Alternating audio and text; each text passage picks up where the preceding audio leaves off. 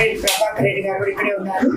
మేము ఇద్దరము తెలుగుదేశం పార్టీ తరఫున ఎమ్మెల్యేగా నేను, ఎంపీగా సారు ఇద్దరు పోటీ చేయబోతున్నాం. కొందరు ప్రజల్లో మాపై వస్తున్న అశేష అభిమానాన్ని తట్టుకోలేక అవతల పార్టీ నుంచి ఊహించలేనంత మంది వైఎస్ఆర్సీపీ నుంచి మారి తెలుగుదేశంలో చేరుతున్నందువల్ల అది వాళ్ళు తట్టుకోలేక జీర్ణించుకోలేకపోతున్నారు. రాబోయే రోజుల్లో ఖచ్చితంగా జరిగే మా విజయాన్ని అంగీకరించలేక వాళ్ళు తప్పుడు ప్రచారాలు చేస్తున్నారు సోషల్ మీడియా ద్వారా. అంటే తిరిగి మేము మళ్ళీ వైఎస్ఆర్సీపీలోకి వెళ్ళిపోబోతున్నామని, తెలుగుదేశంలో మాకు తగినంత ఆదరణ లేదని ఇలాంటి విషయాలన్నీ ప్రచారం చేస్తున్నారు. కానీ అవన్నీ కరెక్ట్ కాదు. మాకు తెలుగుదేశం పార్టీలో గౌరవం ఉంది. అందరూ మాకు అండగా నిలబడి ఉన్నారు. మేము తప్పక ఎన్నికల్లో విజయం సాధిస్తాము.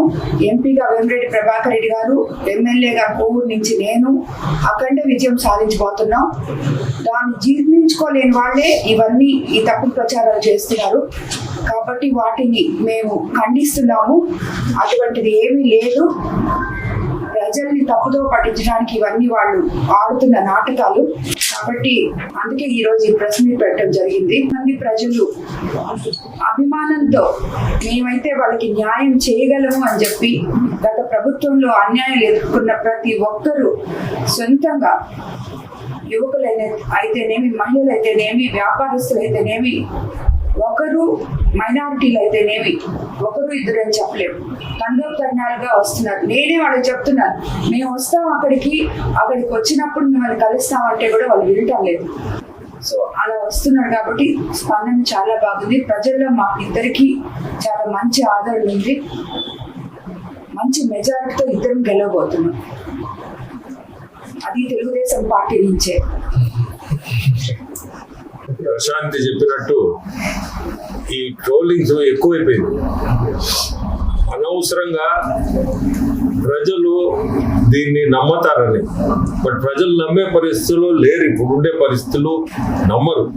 వాళ్ళకి తెలుసు మేమిద్దరం ఏందో కూడా ప్రజలకు తెలియకుండా ఏం లేదు. అమాయకులు కాదు ప్రజలు. కానీ ఈ తప్పుడు ప్రచారం ఎందుకు చేస్తున్నారంటే ప్రజల్ని ఎట్నోట తప్పుదోవ పట్టించి ఈ ఎలక్షన్ లేదు, ఈ చీప్ ట్రిక్స్ అంటారు దీన్ని. ఈ చీప్ ట్రిక్స్ తోటే ఏదో ప్రజలు వాళ్ళు అవి నమ్మి మాకేదో ఓటేయరని.